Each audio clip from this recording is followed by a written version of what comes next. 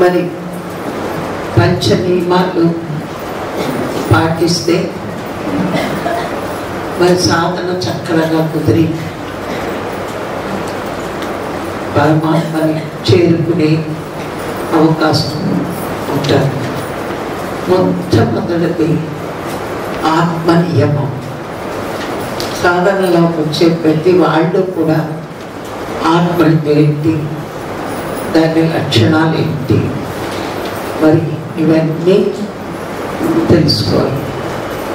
మరి ఆత్మ అంటే సర్వజీవులలోని ఉండి సర్వాత్మగా విశ్వమంతా నిండి ఉండి విశ్వాత్మగా ఉంటుంది.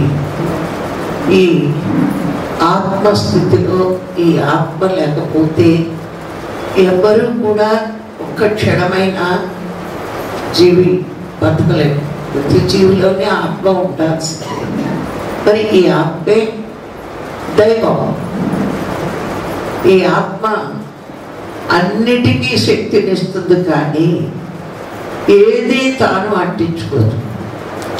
మాట్లాడటానికి, ఇంద్రియాలకి, వినడానికి అన్నిటికీ శక్తినిస్తుంది, కానీ ఏది తానుగా అంటించుకోదు. ఆత్మకి కర్మలేమి అంటుకో, దానికి ఏ సుతత్వంలో ఉంటుంది అది. కానీ ఆత్మ లేకపోతే జీవుడు ఏ పని చేయలేడు. పోనీ చేసాడు కదా, కారణం కర్మ అని, ఆ కర్మ ఆత్మకు అంటదు. ఇది ప్రతి వాడు తెలుసుకోవాల్సింది. అబద్ధవాడినా ఆత్మశక్తి కావాలి, నిజం మాట్లాడినా ఆత్మశక్తి కావాలి, కదలికేది కావాలి, అన్నిటికీ కావాలి. అన్నింటిలో ఉన్నది ఆత్మ. ఆ ఆత్మే దైవము అని తెలుసుకుని, ఆ దైవం ఒక్కటేనండి మానవుడు నేర్చుకోసింది. తాను శరీరం కాదు, తాను ఆత్మని అనే విషయాన్ని మర్చిపోయి ప్రవర్తిస్తూ మొలాచి మనసుకు బానిసై మనోస్థితిలో ఉండి ఈ అరిషడ్వర్గాలతో, అహంకార మమకారాలతో, రాగ ద్వేషాలతో ఉన్నాడు. తాను మనస్సు కాదు, శరీరం కాదు, ఆత్మ. ఎందుకంటే ప్రతి జన్మకి శరీరాలు మారుతున్నాయి, ప్రతి జన్మ మనసు మారుతూనే ఉంటుంది. కానీ మారనది ఆత్మ. ఆత్మే దైవము, ఆత్మే నేను అని సత్యం తెలుసుకున్న మానవుడు మాధవుడిగా బిహేవ్ చేస్తాడు భూమి మీద. తను ఆత్మని అంటే భగవంతుని అని ఎప్పుడైతే అర్థమవుతుందో అన్నీ తీసేసుకోవాలనుకోడు, అన్నీ ఇవ్వాలనుకుంటాడు. మనిషికి తాను మనిషిని మనసుతో ఉంటున్నాను అంటే స్వార్థం పెరుగుతుంది. అదే నేను ఆత్మని ఆత్మ ప్రభావంతో జీవిస్తున్నాను అంటే దైవంగా ఎదుగుతాను. రెండు డిఫరెన్స్ ఆలోచనేనండి. ఆ ఆలోచన విధానం మార్చుకుంటే మనిషి దైవం అవ్వడం ఒక్క నిమిషం పని. అలా ఆత్మ గురించి ప్రతి సాధన చేసేవాడికి తెలియాలి. ఆ సాధన నేను ఎవరినో తెలుసుకోవడానికి. సాధనలోకి అందరూ రాలేదు. ఏ జన్మ పుణ్యం ఉంటేనో, ఏ సత్కర్మల ఫలితం ఉంటేనో సాధనకు వచ్చే వరకు నేను శరీరం అన్నట్టు ప్రవర్తిస్తాను. సాధనలోకి వచ్చాక గురువు చెప్తాడు, నువ్వు శరీరం కాదు, నువ్వు ఆత్మవి, నువ్వు నేను. అందుకే చూడండి, మనం ఇప్పుడు ఆత్మ అంటే దైవం, దైవం అంటే మార్పు లేనిది. అంటే గత జన్మలో వేరే శరీరంలో ఉన్నాయి, ఇదే ఆత్మ. ఈ శరీరంలో ఉన్నాయి, ఇదే ఆత్మ. వచ్చే శరీరం ఇంకోటి తీసుకున్నా ఆత్మని. శరీరాలు మారుతున్నాయి కాబట్టి అది నేను కాదు. మారన్నది ఏదైతే ఉందో అది నేను అని ఖచ్చితంగా సాధనలోకి వచ్చాక మనం తెలుసుకున్నప్పుడు మన ప్రవర్తన మారుతుంది, మన సాధనని పెంచుకోవడానికి ఉపయోగపడుతుంది. ఇక రెండు, ఆహార నియమం పాటించాలి. ఖచ్చితంగా ఆహార నియమం సాధన చేసే వాళ్ళకి ఉండాల్సిందే. అయితే ఇక్కడ ఒక్క మాంసం తినకూడదు, వెల్లుల్లి తినకూడదు అని చాలా మందికి తెలుసు సొసైటీలో.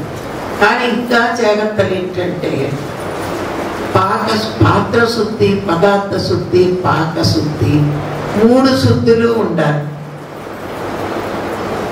పాత్ర శుద్ధి, మాంసం వండిన పాత్రలో ఆహారం మనం భుజించకూడదు. అక్కడ సూక్ష్మాతి సూక్ష్మమైన దోషం ఉంటుంది.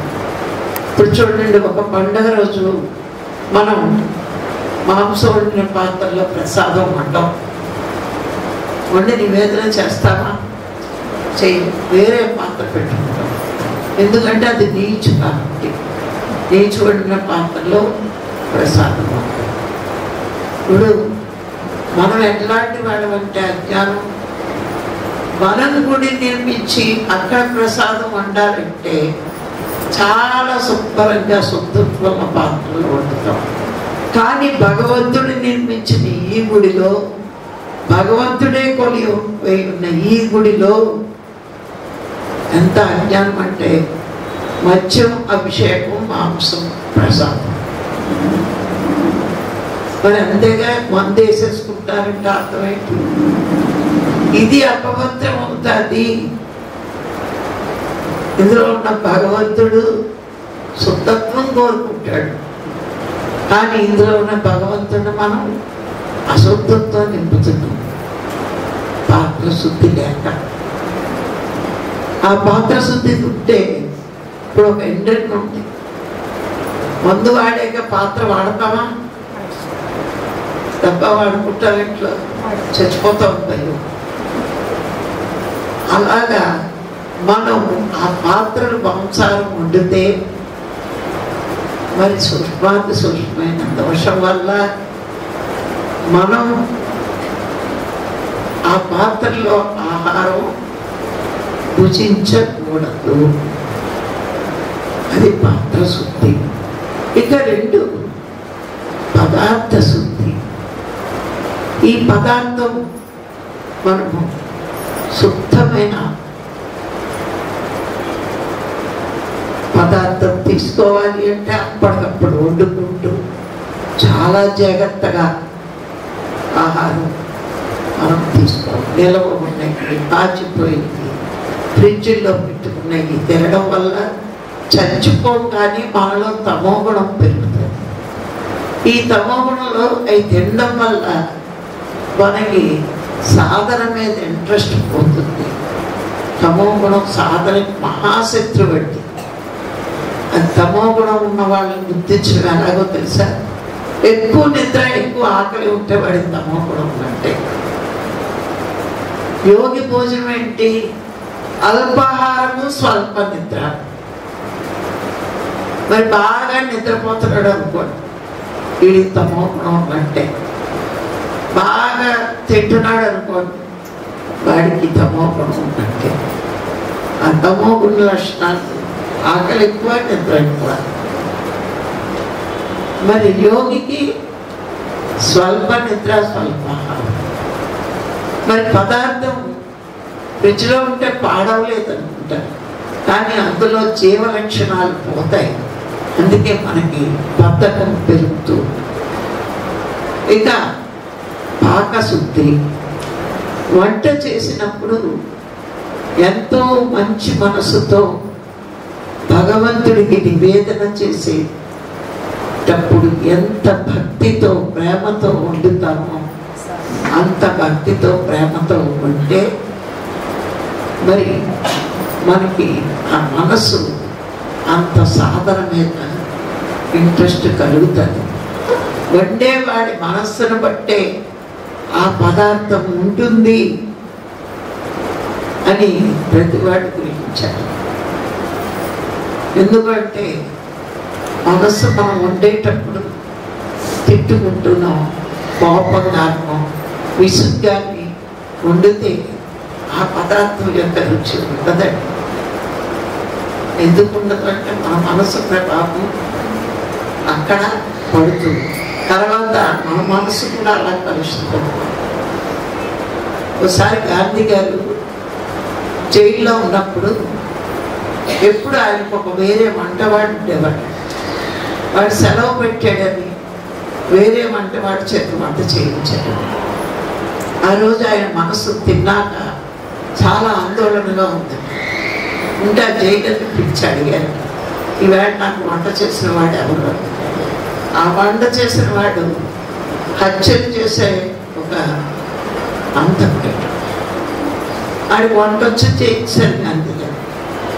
అప్పుడు గాంధీ గారు చెప్పారు, నా వంటవాడు సెలవు పెడితే నాకు పాలు మాత్రం పంపించండి, కానీ ఎవరి చేత్తో పడ్డా చెప్తున్న వంట చేయించి పంపించొద్దు అన్నాడు. చూడండి, తండ్రి కూడా ఎక్కడ పడితే అక్కడ ఎవరి చేత్తో పడితే ఆయన భోజనం చేయడం. మనకు ఆ తేడా తెలియక ఎవడ పెట్టిందా ఇందులో వేసేస్తాం అన్నమాట. అంత మనసు ప్రభావంతో ఉంటుంది. అందుకే భగవద్గీతలో కూడా యుక్తాహార విహారస్య యుక్త చేష్టు కర్మసు యుక్త స్వప్నాభిభూతిస్య యోగో భవతి దుఃఖాహార. యుక్తమైన ఆహారం, ధర్మపరమైన ఆహారం, ఇది చెప్పాడు భోజనం విషయంలో కూడా. మరి ఆహారం చాలా జాగ్రత్తగా సాధకులకి ఉండాలి.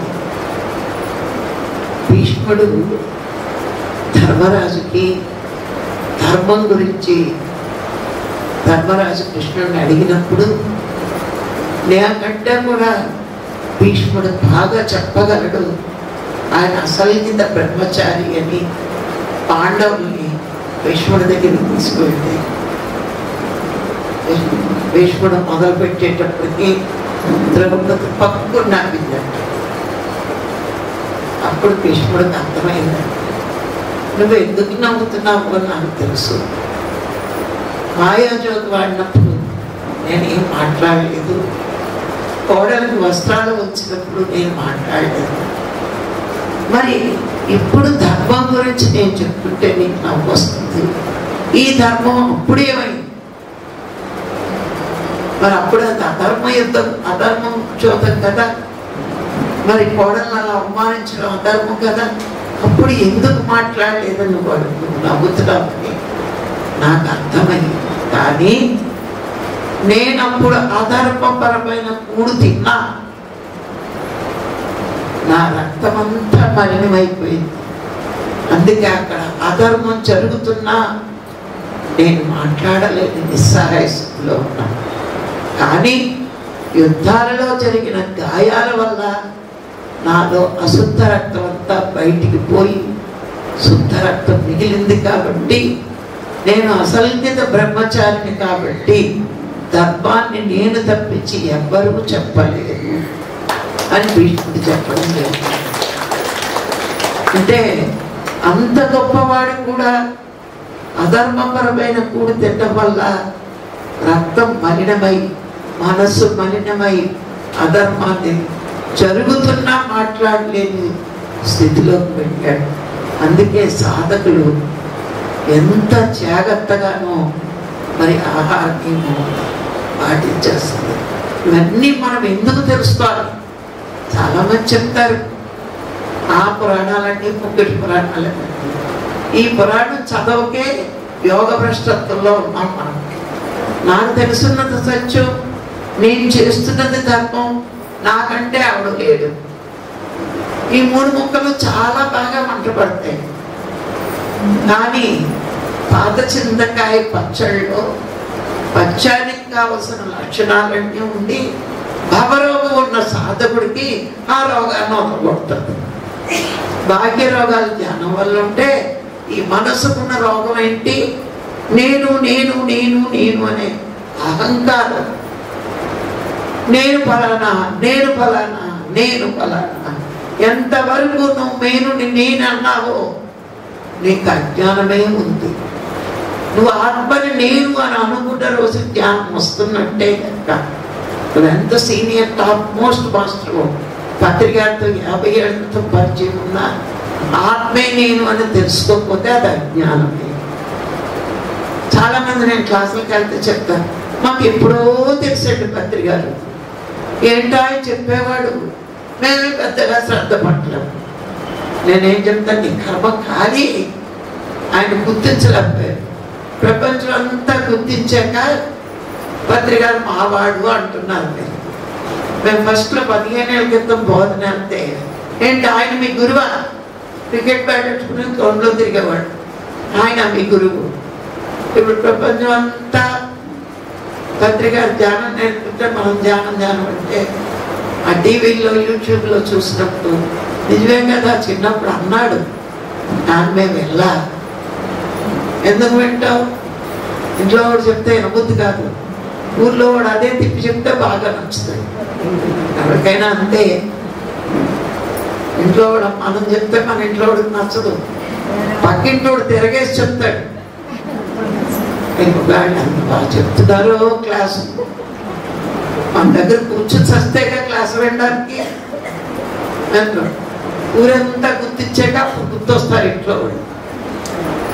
చాలా మందికి రోగం ఉంది, ప్రతి వాడికి ఉంది.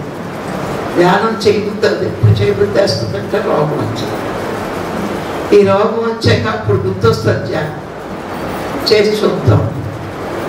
మొదట్లో ఉంటే తగ్గించుకోవచ్చు, ఇంక రేపు ఎల్లుండో వచ్చేవాడికి ఇంకెందుకు కాదంటే భగవద్గీతలో చెప్పాడు, మరణించే ముందైనా ధ్యానం తెలుసుకుని చేసి మరణిస్తే మరుజన్మ యోగుల ఇళ్లలో జన్మనిస్తాను, లేదా ధ్యానానికి అనుకూలమైన భోగవంతమైన జీవితం ఇస్తాను అని భగవద్గీతలో ఉత్తరగీతలో చెప్పబట్టికి ఇంకా 2-3 రోజుల్లో వస్తాడన్నా చచ్చిపోతున్నవాడు ఇడికెందుకులే అనకుండా చెప్పాల్సిన డ్యూటీ మనం చెప్పాలి. ఆ క్షణంలో అయినా ఆడు శ్వాసమేం చేసి పెడితే చాలు, వచ్చే జన్మలో ఖచ్చితంగా ధ్యానం చేసి వస్తాడు. ఈ జన్మలో చేసి చేస్తే ఒక్క నిమిషమైనా చేస్తే చాలు జన్మ. ఒక్క నిమిషము ధ్యానము 100 జన్మల కర్మల దగ్ధం చేస్తుంది. ఉత్తరగీతలో ఎన్ని ఆప్షన్స్ ఇచ్చాడో చూడండి.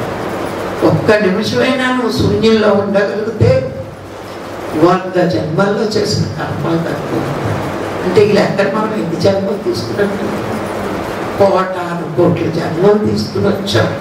1,000,000 కోట్ల జన్మల్లో ఎన్ని కర్మలు చేసి వచ్చాం. ఆ ఒక్క నిమిషం నువ్వు కళ్ళు మీగడితే, అంటే కృష్ణ భగవానుడు తెలిసి ఒక్క నిమిషం కూడా మీగడు. కొందరు కళ్ళు మూస్తే దెయ్యాలు కనపడతాయి, నిజంగా దెయ్యాలే కనపడతారు. మీలేరు, మూసుకున్నా భగవంతునిగా 36 మెలికలు తిరుగుతారు. అప్పుడే గుర్తొస్తుంది ఇంతలు వేసానో లేదో, వంటింట్లో గ్యాస్ ఆపేనో లేదో, రకరకాల గుర్తులు వస్తాయి ధ్యానం చేసే అర్హత. ఎవడైతే ధ్యానం చేయలేకపోతున్నాడో ఒకటే గుర్తు, వాడి మనసు ప్రశాంతంగా లేదు. వాడి ప్రశాంతత లేనప్పుడు ధ్యానం ఎలా కుదురుతుంది? నువ్వు ప్రశాంతంగా నాకెందుకు లేని వదిలే, ఇద్దరు బార్లో తీసుకున్నా ఏదో గోడు రాడు. ఎందుకంటే నీ భయమే అంటే అనిపిస్తుంది. అర్థం అవుతాం అది ఇల్లు తీసుంది చూసింది చెప్తారు. మనం ప్రశాంతంగా, ప్రశాంతత ఎలా వస్తుంది? సాత్వికమైన భోజనం తిను. రజోగుణం తమో గుణం భోజనాలు తింటే అల్లకల్లో మనసు. నువ్వు సాత్వికమైన భోజనం తిను, ఏమవుతుంది? సత్యాన్ని నమ్ముకున్నవాడు భూమి మీద చెడిపోయినోడు ఎవరు లేడు. ఆత్మని నమ్ముకున్నవాడు చెడిపోలేదు, భగవంతుడిని నమ్ముకున్నవాడు చెడిపోలేదు. నమ్మని వాడు.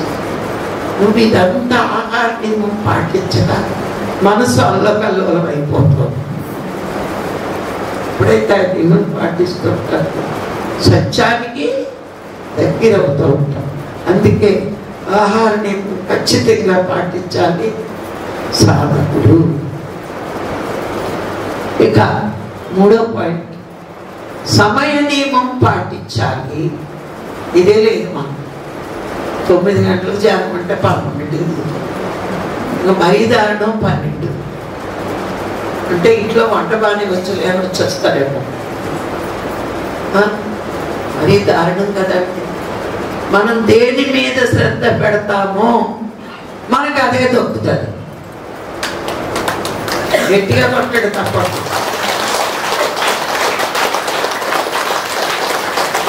ఎందుకో తెలుసా, మన ప్రవర్తన పరమాత్మకు అర్థమవుతుంది. మనం సినిమా హాల్కి టైంకి వెళ్తాం, స్టేషనరీ టైంకి వెళ్తాం, ధ్యానం క్లాస్ కాదు ఎక్కడ పొద్దు వచ్చిన మాస్టర్ కూర్చుంటాడు, అరేంజ్ చేసిన మాస్టర్లు కూర్చుంటారు. వాళ్ళు ఎక్కడికి పోరు, వచ్చినందుకు మా కర్మ, అరేంజ్ చేసినందుకు వాళ్ళ కర్మ. 11 చూస్తారు, వీళ్ళు ఫుడ్ ఆర్డర్ ఇస్తారు, గట్టకమని 12:30 తింటారు, వీళ్ళు సస్తారు. మళ్ళా ఏమున్నాయి తినడానికి, ఎంత గుర్తుగా ఆర్డర్ ఇచ్చారు. మనం టైంకి వచ్చి సావలేదంటే బుద్ధి. 9ంటికి వస్తే ఏమైపోద్ది, 1 గంట ధ్యానం అయిపోతుంది, 1 గంట క్లాస్ అయిపోతుంది. ఏందప్పుడే వాటికి వెళ్తున్నప్పుడు టైం దీనికి ఎందుకు రాదు అంటే ఆత్మ మీద అశ్రద్ధ. ఏదో వెంకట సుబ్బయ్య గారు ఏమైనా అనుకుంటారా, బాబాయ్ గారు ఏమైనా అనుకుంటారా అని చూడండి. పట్టుకు వెళ్ళ నైవేద్యంలాగా 1 గంట ముందు తింటారు.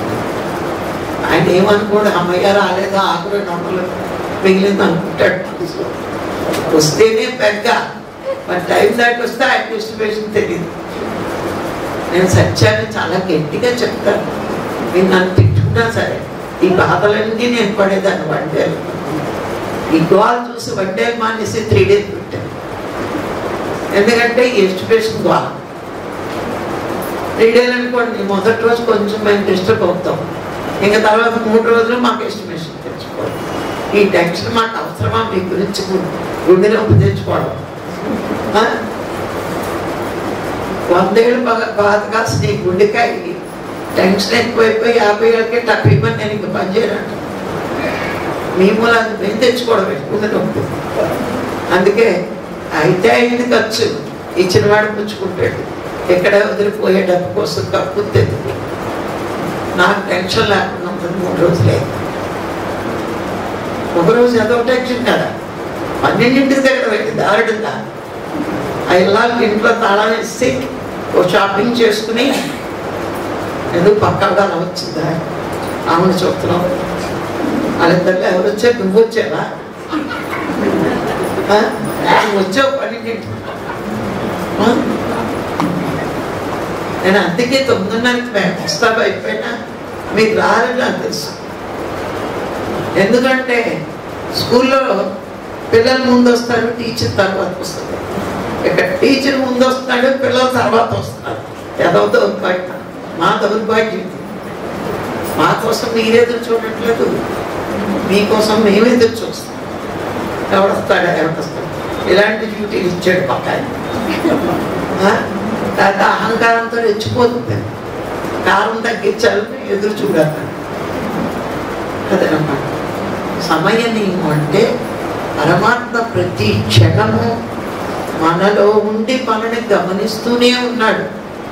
9 గంటల క్లాస్ అంటే 20 ఏళ్ళ క్రితం 8:30 ఆటోలు దిగిపోయిపోయి 20 ఏళ్ళ క్రితం ఉండి ఇది పద్ధతి మన సొసైటీ. బెలబెల ఆటోలు లైన్లో వచ్చారు. మనం ఇప్పుడు అవకాశం చేసుకుని రాలేమా? రాగలం. ట్రైన్ 8:30 గంటలు లేచి కూర్చుంటున్నాం. మరి ఇక్కడ ధ్యానం క్లాసు టికెట్ లేదని అదో కాల్. కొన్ని రోజులు టికెట్లు కూడా వస్తాయి, మీకు సీట్లే ఉండవు.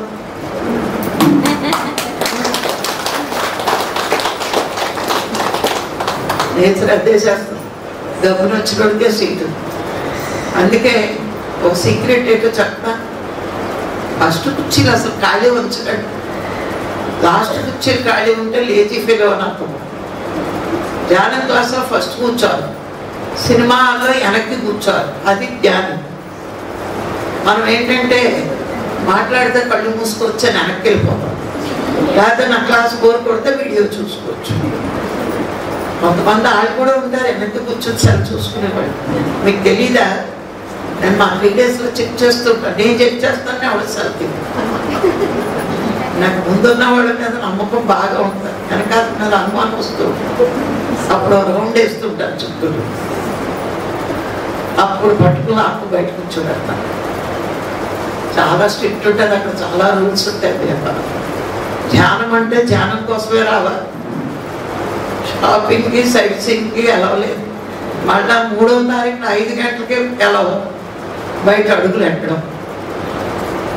అంత స్ట్రిక్ట్గా ఉంటేనే మీరు డిసిప్లిన్గా ఉన్నారని మాకు తెలియడం కాదు, పైవాడు ఆత్మ మీద ఎంత తపన పడుతున్నామో, పరమాత్మ కృప కోసం ఎంత తపన పడుతున్నామో ఆయనకు అర్థమవ్వాలి. అప్పుడు మీకు అవకాశాలు వస్తాయి. ఏంటి తెలుసా, మీకు సాధన చేస్తున్నప్పుడు ఆలోచనలు వస్తాయంటే ఆయన కృప లేదు. ఆయన కృప ఉన్న వాడికి ఆయన ఎనర్జీతో నిన్ను కూర్చోబెడేస్తాడు. అలా ఇప్పుడు గమనించండి, మీరు పుస్తకం చదువుతూ ఉంటారు, చదువుతున్నప్పుడు కళ్ళు మూతలు పడుతున్నట్టు ఉంటాయి. మీరు నిద్ర వస్తుందని కొరకెట్టేస్తారు మంచం ఎక్కి, కానీ నిద్రపోకండి, అట్లా కూర్చుని ధ్యానంలోకి వెళ్ళిపోండి.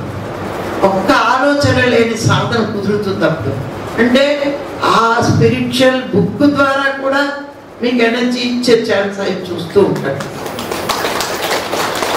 అందుకే వశిష్ఠుల వారి రాముల వారికి ఏం చెప్పాడంటే స్వాధ్యాయం, స్వాధ్యాయం జీవితంలో సగభాగం స్వాధ్యాయం. 4 వంతులు అయితే 1/4 రాజ్య పరిపాలన, 1/4 ధ్యానం, 1/2 స్వాధ్యాయం. మరి రాముల వారే స్వాధ్యాయం చేయాలంటే మనకేం పోయి కాదు,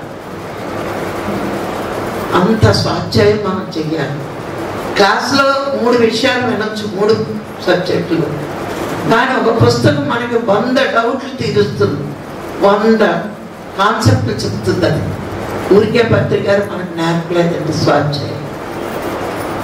ఆయన 1,00,000 పుస్తకాలు చదవచ్చు, కనీసం మన జీవితం పూర్తయిపోయి 100 చదవగలమో లేదు.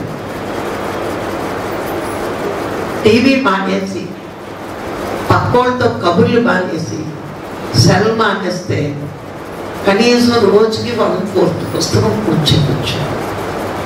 గమనించుకోండి. మానేమంటే టీవీ అసలు అవసరం లేదు మనకి, చెత్తకుండా సీరియల్ అయింది. కానీ సెల్లో బాగున్నావా అని అడిగేమో మనం సచ్చాము మాట్లాడి. ఆడు బాగానే ఉంటాడు దుఃఖలాగా, మనం బాగో ఇంకా అక్కడి నుంచి. ఎందుకో తెలుసా, ఆడి కష్టాలు, ఆడి సోదులు, ఆడి నష్టాలు ఇందులో వేస్తాడు. నువ్వు ధ్యానంలో కూర్చుంటావు, నువ్వు సత్యమన్నమాట ఈ ఆలోచన. బాగున్నావా అని 3 అంశాలను మనం ముంచేస్తాయి. నేను అనుకుంటాను ఎవరికి ఫోన్ చేయను, బాగుంటే నాకు చెయ్యాలనుకుంటాను. తప్పించుకోవడానికి ఏం చెప్తాను తెలుసా, ఎవరో వస్తున్నారు పెట్టేయంటారు, ఇంకా తప్పించుకోవడం అన్నమాట. అది లేకపోతే ఎక్కడికో వెళ్ళాలి పెట్టే అంటారు. 2 ఉండవు. శుభ్రంగా ఆడి చెత్త మనకి, ఎందుకంటే చెత్తని పోగీయకూడదు. ఒకసారి దక్షిణామూర్తట అలా వెళ్తూ సముద్రం కాసి చూశాడు. చూసినప్పుడు సముద్రం ఒక గడ్డి పరకని ఒక కెరటం బయటికి తోస్తూ ఉందట. సముద్రం అనుకున్నాడు, దక్షిణామూర్తి అనుకున్నాడు, ఇంత పెద్ద సముద్రం కదా, ఓ చిన్న గడ్డి పరక లోన ఉంటే నష్టం ఏంటి అని. అది అడిగాడు సముద్రుడిని. ఆడు మహాయోగు దక్షిణామూర్తి అంటే అట్లా ఎందుకు అలా తోసేస్తున్నాం, అది ఆయనకి తెలియక కాదు, మనకు చెప్పడానికే రాశారు. ఏదైనా మహాత్ముల సంభాషణలు మన కోసం. ఎందుకు ఒక గడ్డి పరకు కూడా చోటు ఇవ్వట్లేదు అంటే, సముద్రం ఏమంతో తెలుసా, ఈ రోజు నేను చిన్న గడ్డి పరకు నేను చోటిస్తే రేపు నుంచి చెత్తంతా నాలో దాక్కుంటాను. అంత చెత్తని నేను దాస్తే నా గర్భంలో ఉన్న ముత్యాలు రత్నాలు ఎవరికి దొరకదు. అందుకే నేను చెత్తని పోగేయను అంతే. మనం ఏం నేర్చుకోవాలి, ఊర్లో చెత్తంతా ఇందులో పోసుకుంటే ఆత్మ అనే ముత్యం దొరకదు, జన్మంతా పాటు పెడతా. అందుకే ఎవడైనా మాట్లాడటం మొదలెడితే నీకు ఈ కథ గుర్తు రావాలి, వీడు చెత్త నాలో వేసేస్తాడు, నాలో వేసేస్తాడు, నాలో వేసేస్తాడు. ఇంకా ఆడు సోదు మొదలెడితే చెత్త నా డస్ట్బిన్లో వేస్తాడు ఎత్తులో. ఇంకేమో ధ్యానం గోవిందా గోవింద. ఆడి కష్టాలు చెప్పి చాలా తీరిపోతాడు. ఆడి కష్టాలు విని మనం చాలా బరువెత్తుతాం. బరువు ఎక్కడ చేసి జ్ఞానం పొందినప్పుడు రోగమైనా ఎందుకు పోతుంది? జ్ఞానం వల్ల రోగం పోవడం అంటే కళ్ళు మూసుకుంటే రోగాలు పోవు. నీకు జ్ఞానం పెరిగిన రోజు. ఏ జ్ఞానం పెరగాలి? నేను శరీరం కాదు, నేను ఆత్మని అని నీకు అనుభవం కలిగిన రోజున కర్మలే ఉండవు, రోగాలు ఉండవు, కష్టాలు ఉండవు. అందుకే ధ్యానం వల్ల జ్ఞానం వస్తుంది. జ్ఞానం వల్ల మోక్షం అన్నారు. ధ్యానం వల్ల రోగాలు పోవడం కాదు. ధ్యానం వల్ల జ్ఞానం పెరిగి నేను శరీరం కాదు, నేను ఆత్మని అనే అనుభవం పొందిన రోజున ఆ ఆత్మకి ఏ కర్మలు అంటుకోమన్నారు. అప్పుడు గమనించండి, ధ్యానాగ్ని దగ్ధ కర్మాణం అనలేదు, జ్ఞానాగ్ని దగ్ధ కర్మాణం అన్నాడు. అంటే జ్ఞానం పెరిగినప్పుడు మాత్రమే కర్మలు దగ్ధమవుతాయి. ఊరికే ధ్యానం చేసేంత కర్మం దగ్ధం. రాళ్ళు కూడా కూర్చుంటున్నాయి యుగాలు, వాటికి ఏం లాభం లేదో మనకి అంతే. అందుకే పత్రికారు ధ్యానం క్లాసులు ఎప్పుడు కూడా సాధనతో పాటు మామూలు క్లాసులు ఉంటాయి. మనకి మన సొసైటీలో ఒక పక్క జ్ఞానం వినిపిస్తారు, ఒక పక్క సాధన చెప్పిస్తారు. ఎందుకు అంటే తొందరగా మనం ఆ జ్ఞానం నేర్చుకోవాలి. ఊరికే కళ్ళు మూసుకుని ఏ క్లాసు కనుక ఏ సజ్జన సాంగత్యాల్లో పాల్గొక, సత్సంగాల్లో పాల్గొక, పుస్తకాలు చదవకపోతే మనం ఎన్ని జన్మలు ధ్యానం చేసినా జ్ఞానం పెరగదు. జ్ఞానం ఎందుకు పెంచుకోవాలంటే మనలో సర్వాత్మ భావన రావాలి. ఆ సర్వాత్మ భావన వస్తేనే పరమాత్మ దర్శనం. అంటే ప్రతి దాన్ని ఆత్మగా చూడగలగడమే సర్వాత్మ భావన. నువ్వు అలా చూడగలుగుతావు.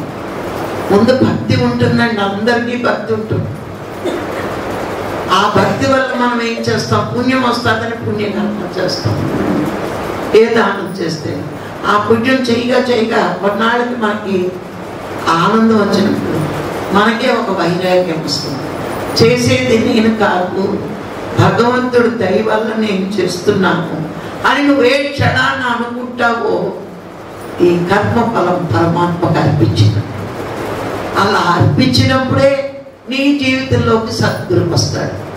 ఆ గురువు వచ్చినప్పుడు నీకు భగవంతుని చేరుకునే ఈ మార్గాన్ని నీకు బోధిస్తాడు.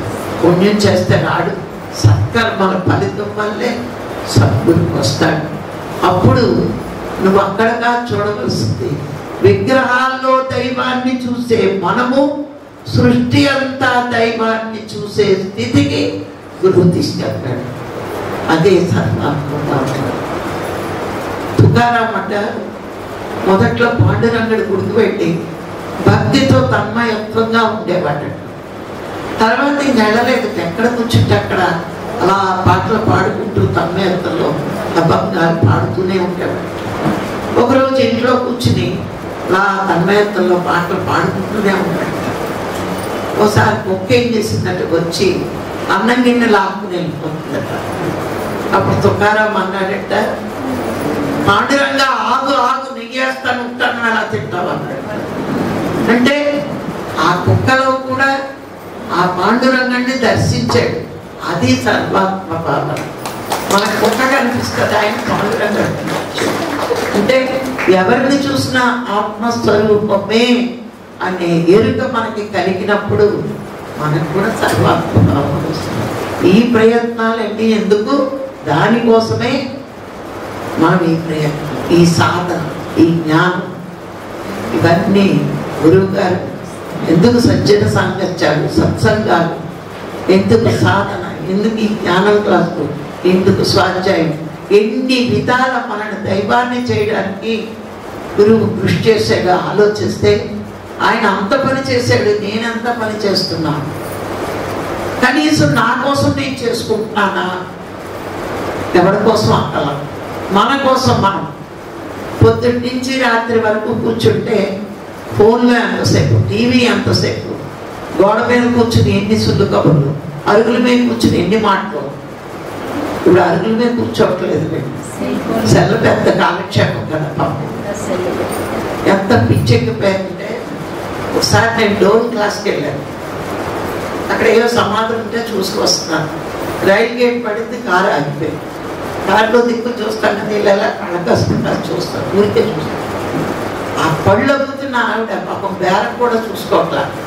2 ఏళ్ళ పిల్లవాడు అక్కడ నుంచి ఊరికే ఏడుస్తున్నాడు. ఒక 10 నిమిషాలు ఆగుతుంది కదా కారు, గేటేస్తే అలా చూస్తుంటే ఉండి ఒక్కసారి మీద 2, 3 బాధిందాడు. ఎందుకు? దీనికి సెల్లకు డిస్టర్బెన్స్ అయ్యింది. అంటే వాడి ఏడుపు కూడా ఆపకుండా ఇది సెల్లలో లేనవై డిస్టర్బెన్స్ చేస్తున్నాడని 3 పీకింది. నాకైతే కారు దిగి జుట్టు చనియాలనిపించాడు, అంత కోపం వచ్చింది. పొద్దున్న టైం ఎంతో తెలుసు, అప్పుడు 8 గంటలు. ఇంకా క్లాస్ టైం అవ్వలేదో చూడడానికి వెళ్ళాను సమాధానం. ఇది అంటే ఎంత హీన స్థితిలో మనుషులు పిల్లోడి ఏడుపు కూడా ఖర్చు పెట్టకుండా డిస్టర్బెన్స్ చేస్తున్నాడు. అది తక్కువ నోరు అంటే అది ఏడుతున్నాడు, ఇది పీకుతాడు, పీకితే నోరు ముయ్యాలని అర్థమే. ఇలాంటివన్నీ చూస్తే మన సంస్కారం ఎంత వెనక్కి వెళ్తుందో.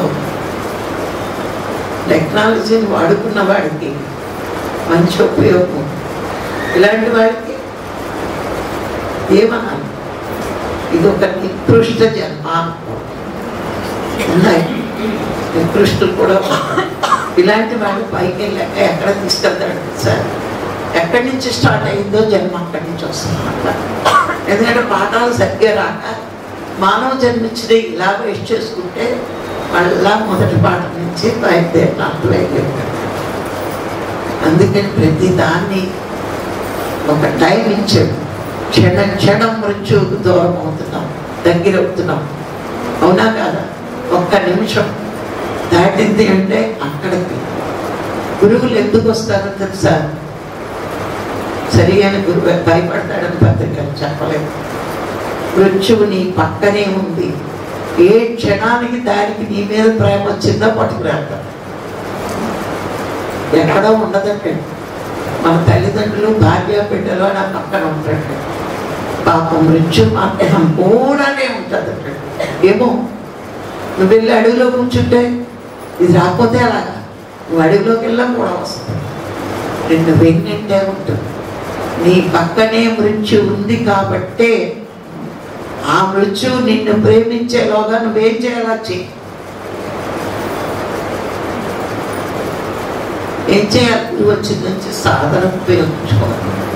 కానీ విషయాలకు ఉపయోగించి మనసును విషతుల్యం చేసుకోవాలి. అందుకే ఆ సమయం గమనించాలి.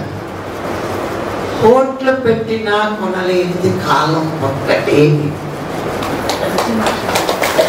₹1 ఇస్తారన్న కాలం వెనక్కి రా వస్తుందా? కానీ ఒక జ్ఞాని కాలాన్ని సద్వినియోగం చేసుకుంటాడు. ఎప్పుడు ప్రతి నిమిషాన్ని మన జీవితంలో ఉపయోగించుకోవడానికి ప్రయత్నిస్తాడు. మరి మనం జ్ఞానులమైన మనం ప్రతి నిమిషము వాల్యూ తెలుసు కాబట్టి అందుకే పుట్టపర్తి సాయిబాబా గారు అంటారు, ఎవరు దైవం అంటే నీ కాలమే నీకు దైవం, వేరే దైవం కాదు. మరి సమయానికి మనం సాధనలో కూర్చుంటే ఎంత కలిసి వస్తుంది మనకు, ఎంత సాధన. ఇక తలబాధ స్థల నియమం ఉండాలి మనకి.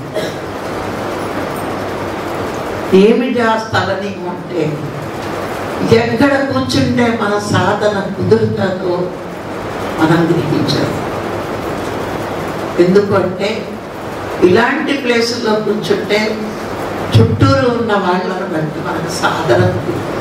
పత్రికారు ఎందుకు గ్రూప్ మెడిటేషన్ అన్నారు అంటే చూడండి, 10 ఎండుకట్టెల్లో ఒక పచ్చి కట్టి వేసినా మండిపోతుంది.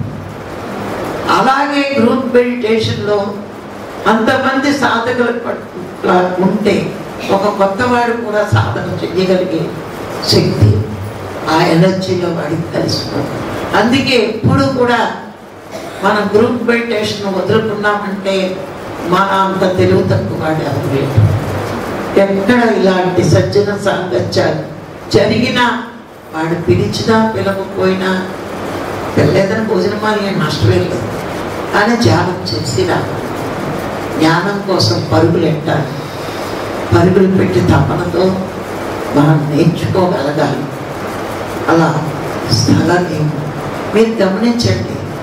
ఒక దేవాలయం దగ్గర కూర్చుంటే మనకి సాధన ఎలా ఉంటుంది, ఒక సినిమా హాల్లో కూర్చుంటే ఎలా ఉంటుంది? ప్రశాంతంగా సాగిపోతుంది. సినిమా హాల్లో మనకి గందరగోళం ఉంటుంది. అందుకే ఆ స్థలాన్ని ఎన్నుకుని, ఇంట్లో అయినా అంతే, రోజు ఒకే ప్లేస్లో కూర్చోవడం మీరు అలవాటు చేసుకుంటే మీరు అక్కడ కూర్చోగానే మీ కళ్ళు ఆటోమేటిక్గా మూత పెట్టుకుంటాయి.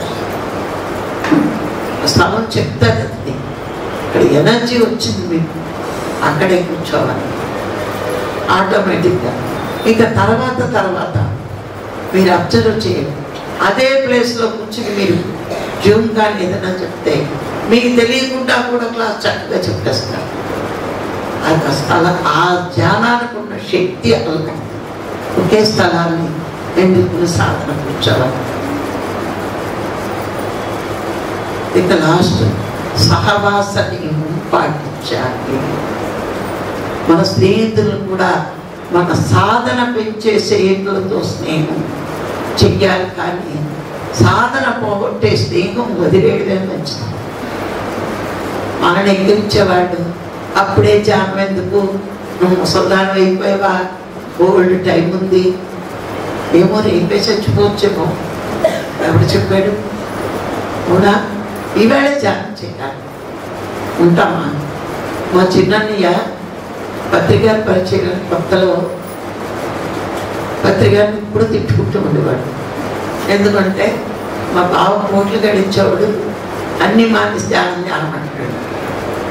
మా ఆ వారు అనేవారు, నువ్వు కూడా ధ్యానం చెయ్యి అంటే, చాలండి బాబా అప్పుడే ఎందుకు, మా పిల్లలు పెళ్ళిళ్ళు అయ్యాక ధ్యానం చేస్తాను. అన్నం 3 నెలలకి చిన్న మెదడు డ్యామేజ్ అయ్యింది. చావు బతుకుల మధ్య పోరాడి 3 ఏళ్ళు మంచంలో ఉండి చచ్చిపోయాడు. అందుకే సాధన అనేది తెలిసినప్పుడే చెయ్యాలి. మనకంటే పరమాత్మకు తెలుసుగా మనకి ఏం కావాలో, మనకు ఒక సద్గురువునిచ్చి తన్ను చేరుకోవడానికి మార్గం చెప్పించినప్పుడు మనకి దాని విలువ తెలియదు. కానీ అందుకున్నవాడు అదృష్టవంతుడు. అందుకే మన స్నేహం, మన సాధనని పోగొట్టే వాళ్ళు దూరంగానే వచ్చారు.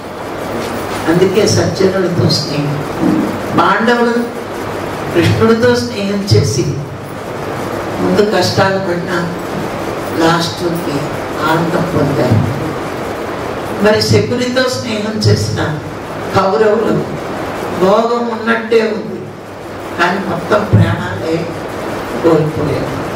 మరి యోగితో స్నేహం చేసి వీడి గొప్పవాడు, కానీ ముందు కష్టాలు వస్తాయి. ఎందుకంటే మన కర్మలే. నేను కాలిపోయినప్పుడు పత్రికను మన వాళ్ళు అందరూ అడిగారు, మేడం చిన్నప్పటి నుంచే శాఖాహారి కదా, సేవ బాగా చేస్తాను. నేను ఇన్స్టిట్యూట్ పెట్టి ఇవన్నీ సేవ చేసేవాడు. హోమియోపతి హాస్పిటల్ ఉంది, పెయింటింగ్, టైలింగ్ లేదా ఇన్ని మంచి పనులు చేస్తుంది కదా, మరి ఈవిడ ఇంత నికృష్టంగా ఎందుకు కాలిపోయింది? అప్పుడు పత్రిక చెప్పారు, అన్ని కర్మలు ఒకే జన్మలో అనుభవిస్తారని. తను తెచ్చుకుంది చివరి జన్మలోకి వచ్చిన వాళ్ళు పెద్ద కష్టం, పెద్ద ఇష్టంతో భూమి మీదకి వస్తారు. ఎందుకంటే కర్మలు పూర్తి చేసుకుందామని, జన్మలు తగ్గించుకోవాలని, లోక కళ్యాణం కోసం బతకాలని నిర్ణయించుకుని వస్తారు. కాబట్టి వాళ్ళ జీవితాల్లో కష్టాలే ఎక్కువ ఉంటాయి అని సారు. ఇది భక్త ప్రారంభం, దీన్ని ట్రాన్స్ఫర్ చేయడానికి కూడా అందుకని ఆవిడ అనుభవించాల్సిందే అని మనం నిర్ణయం తీసుకున్నాం. ఇన్ని అనుభవిస్తాం. వర్తమానంలో అనుభవించేవన్నీ గతంలో మనం చేసిన కర్మల యొక్క ఫలితాలే కదా. దేవుడికి ఏమైనా పక్షపాతం ఉంటుందా? మనుషులా మనం కర్మ చేసి వచ్చాం, అవునా కదా, అనుభవించాం. అందుకే ఆ స్నేహం చెడగొట్టాలి అంటే మనల్ని ఆయన వదిలిపోవటం. అందుకే సరియైన స్నేహితుల్ని ఎన్నుకోవాలి. కష్టాలు ఉన్నాయి, కష్టాలు ఉన్నాయి, కష్టాలు ఉంటాయి. అందుకే నేను ఈ మధ్య పుస్తకంలో చదివాను, క్షీరసాగర మదనం జరిగినప్పుడు అమృతము పుట్టింది, ఆలాహలం పుట్టింది. నాకు కావాలని అమృతం అందరూ తాగేసారు కదా. అందరూ దేవతలందరూ అమృతం తాగారు. కానీ ఆలాహలాన్ని ఎవరు తాగారు? శివుడు తాగారు. అందుకే ఆలాహలాన్ని తాగిన శివుడు ఆదిదేవుడు అయ్యాడు. అమృతం తాగిన దేవతలు చిల్లర దేవుళ్ళు అయ్యాడు. అంతే తేడా. కష్టాలు అంటూ ఉంటాం. ఆ కష్టాలను ఓర్చుకుని సాధన చేసేవాడు గొప్పవాడిగా ఎదుగుతాడు. మరి పాండవులు ఎదగలేదా? అందుకే కష్టాలను మన కర్మ ఫలాలు దాన్ని ఓర్చుకుని భరించే శక్తి మనకి సాధనలోనే దొరుకుతుంది. ఇవన్నీ నేర్చుకున్నప్పుడు మన కష్టం అనిపించదు. నా కర్మలు పోతున్నాయి అనుకున్నప్పుడు కష్టం కూడా హాయిగా కలుగుతాం. లేకపోతే ఎన్ని జన్మలు దాస్తాం, అదేదో వజ్రాలు మొట్ల అనుభవిస్తే పోతాయి, కానీ పోతాయి చేయడం. అందుకని ఇవన్నీ నేర్చుకుంటూ సాధనలో ముందుకి ఎదగవలసింది. మరి మీకు ఇంకా బాగా కుదరాలి, ఇంకా నేర్చుకోవాలంటే భీమవరం రండి. ఇప్పుడు మీకు కూడా ట్రైన్లు ఉన్నాయి, పెద్ద కష్టమేమీ కాదు. ఈరోజు ఎక్కితే పొద్దునే దిగుతారు, 3వ రోజు సాయంత్రం ఎక్కితే తెల్లారి వస్తారు. సత్యలోకం వెళ్ళాలని కోరుకుంటుంది, కానీ సత్యలోకానికి ప్రయత్నమే స్లోగా ఉంది. అందరికీ సత్యలోకం మీద ఆశే, కానీ ఎదగడానికి ఎన్ని మార్గాలు ఉన్నాయో అన్నీ మనం ఉపయోగించుకోవాలి. అక్కడికి ఏం పెట్టేమో కాదు, అది భగవంతుడు నిర్ణయం. అక్కడ అది జరగడం అన్నది మానవుడు. మనం చెప్తాం కదా, శివుడాజ్ఞనేదే చీమైనా ఉంటుందని. అది పరమాత్మ యొక్క ఆజ్ఞము అక్కడ జరిగింది. దాని భద్రసారు మాకు పరిచయం అయి ఫస్ట్ క్లాస్లో ఒక మాట చెప్పారు, ఈ రాగారావుని నా శిష్యుడిని చేసుకోవాలంటే నేను చాలా కష్టపడాల్సి వచ్చింది. ఎందుకంటే ఈయనేమో వెంకటేశ్వర స్వామి భక్తుడు, మరి పత్రికని నమ్మాలి కదా. నమ్మాలా వద్దా? నమ్మాలంటే ఒక్కసారి భక్తిలో జ్ఞానంలో రావడం చాలా కష్టం. అందుకే వెంకటేశ్వర స్వామిని నేను అడిగాను, నీ భక్తుడిని నా శిష్యుడిని చేసుకుంటున్నానయ్యా, వీడికి కొంచెం నమ్మకం కలగాలంటే నీ శక్తితోనే మార్చు అని నేను ఆ ఎనర్జీస్ అన్నీ ఇక్కడ పెట్టాను. ఆ పెట్టిన వాళ్ళని వీడు నాకు దొంగేడు, లేకపోతే వీడు దొంగ నాకు. ఎందుకంటే ఈ శిష్యుడు కావాలి, లేకపోతే ఇప్పుడు ఆ 3 days వర్క్షాప్ 21 సంవత్సరాల నుంచి కంటిన్యూగా చేస్తున్నా ఉంటే అది మా శక్తి కాదు, ఆ వెంకటేశ్వర స్వామి దయ్యే, ఆయన తోటే అక్కడ జరుగుతోంది. దేవాలయం ధ్యానాలయం రెండు అక్కడే ఉన్నాయి. దైవమా అని వస్తారు, దైవం నేనే అని తెలుసుకుని బయటకు వెళ్తారు. అంతే తప్పకుండా రండి, మా గుడికైనా రండి, మా ధ్యాన మందిరానికైనా రండి, మీ ఇష్టం. Thank you. మరి ఈరోజు నాకు ఈ అవకాశాన్ని ఇచ్చిన మీ అందరికీ మరొకసారి కృతజ్ఞతలు. Thank you.